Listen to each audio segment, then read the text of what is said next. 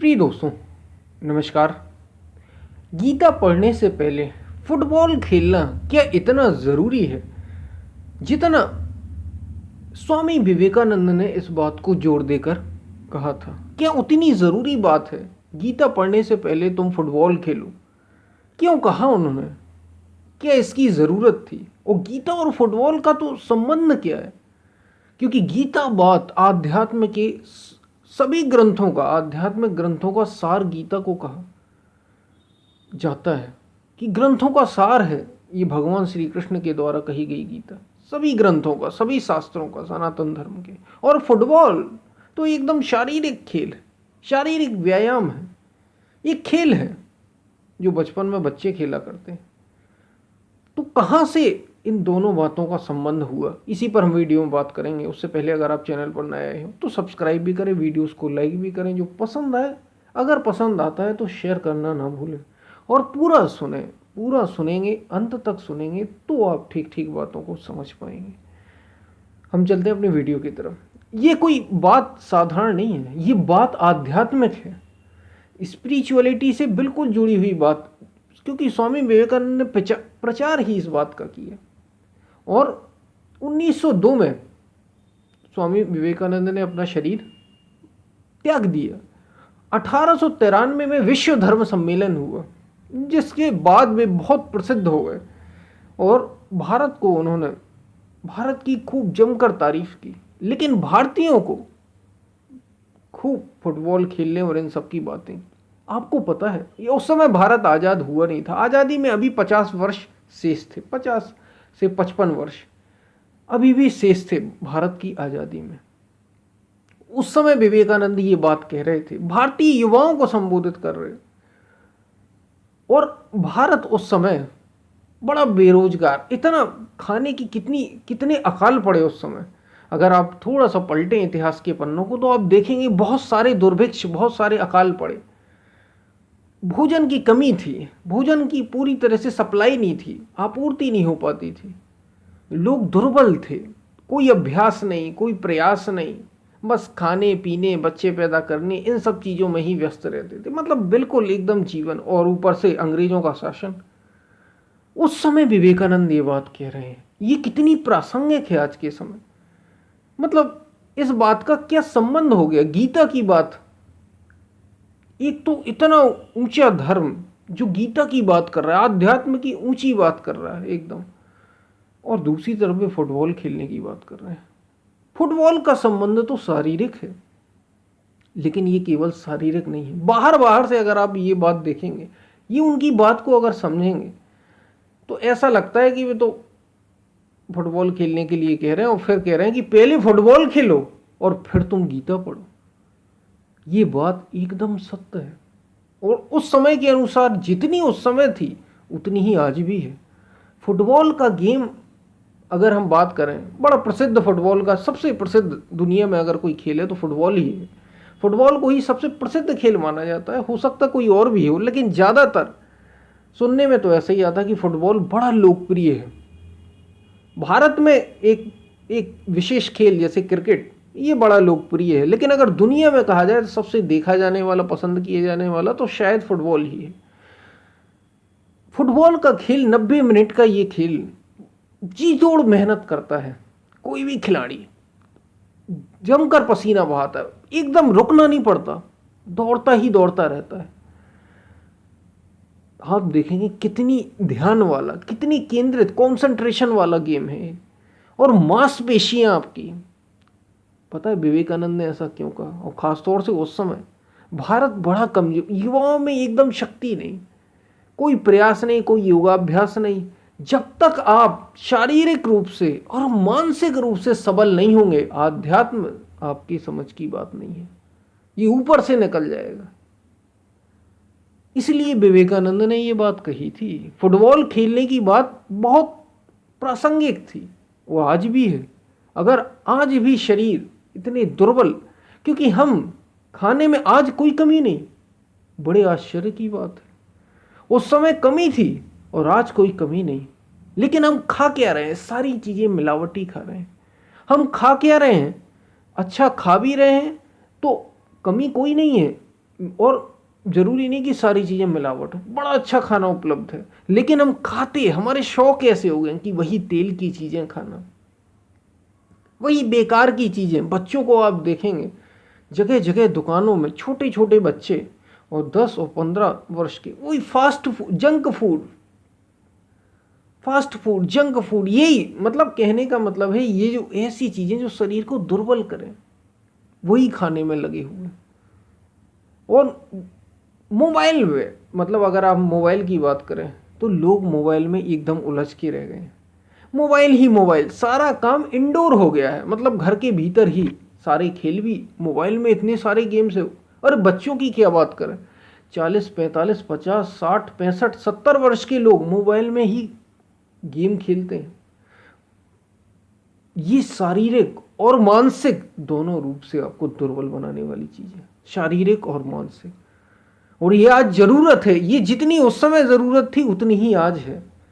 गीता पढ़ने से पहले दोस्तों जरूरी है कि आप फुटबॉल खेलें। फुटबॉल यानी कोई भी ऐसा गेम, शारीरिक अभ्यास, योगाभ्यास बहुत जरूरी है, क्योंकि जब तक आप शारीरिक और मानसिक रूप से, याद रखिए फुटबॉल के गेम में केवल शारीरिक नहीं मानसिक पूरा कंसंट्रेशन होता है, पूरा ध्यान केंद्रित होता है फुटबॉल पर। और बस शारीरिक रूप से आप भागते रहते हैं और मन, जितना शारीरिक रूप से भागते हैं उतना ही मन भी कंसंट्रेशन मतलब पूरा केंद्रित रहता है एक जगह।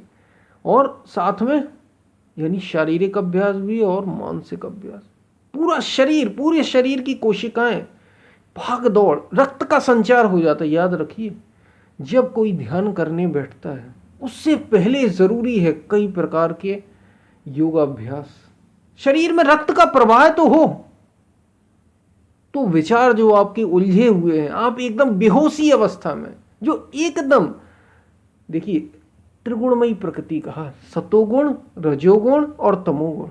तमोगुणी एकदम आलसी, एकदम विक्षिप्त, एकदम आलसी है, ऐसे व्यक्ति को जरूरी है कि रक्त का प्रवाह तो हो। वो कुछ करता ही नहीं, वो क्या गीता पढ़ेगा, क्या समझेगा, वो उसके विचार समझ भी पाएंगे? वो तो बेहोश है, एकदम तंद्रा, एकदम निद्रा की अवस्था सी, बेहोशी सी अवस्था है।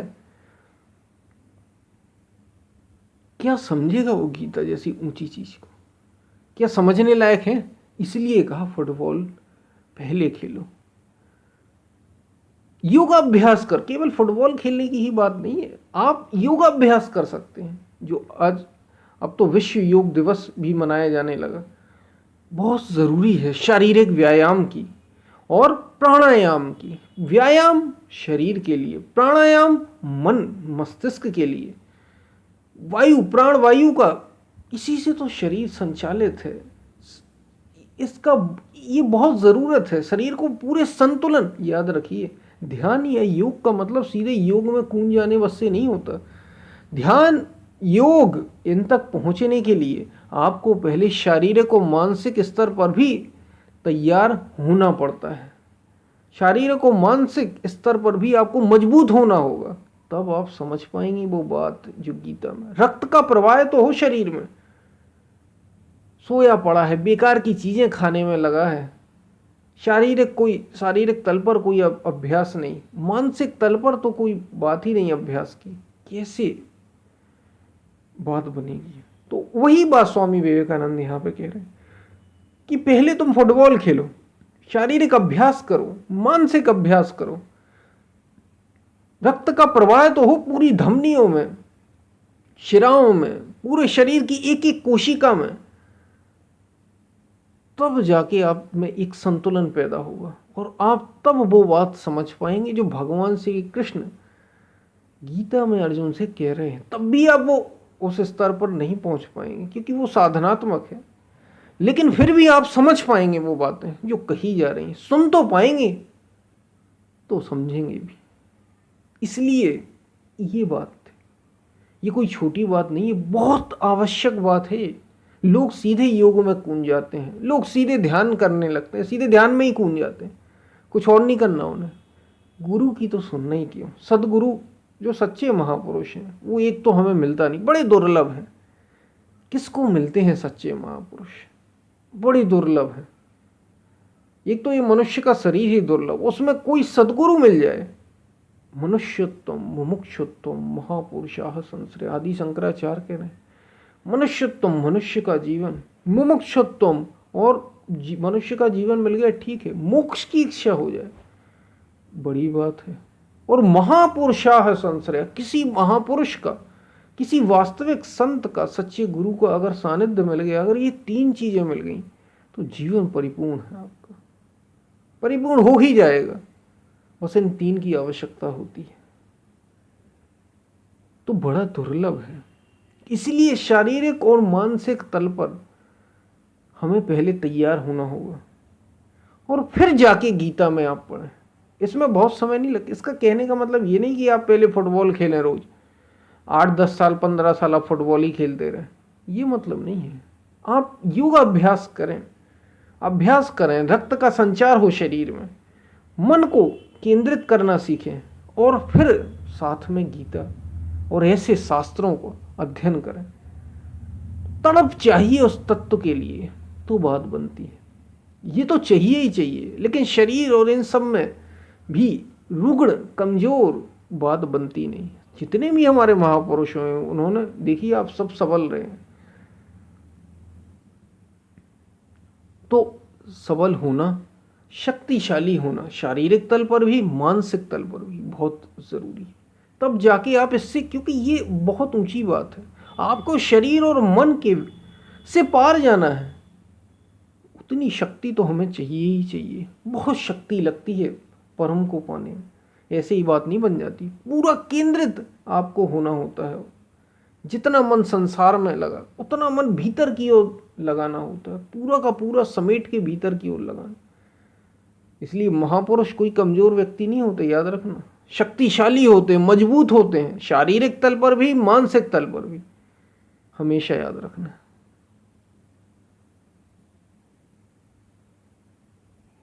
तो उसका केवल मसल्स से संबंध नहीं है। और जब मैं शारीरिक तल पर मजबूती की बात कर रहा हूं तो ये मत समझिए आप कि वो कोई बॉडी बिल्डर होते हैं, यानी बहुत ज़्यादा मसल नहीं, लेकिन शारीरिक तल पर बड़ी चुस्त दुरुस्त एकदम होशपूर्ण शरीर, ऐसा होता है।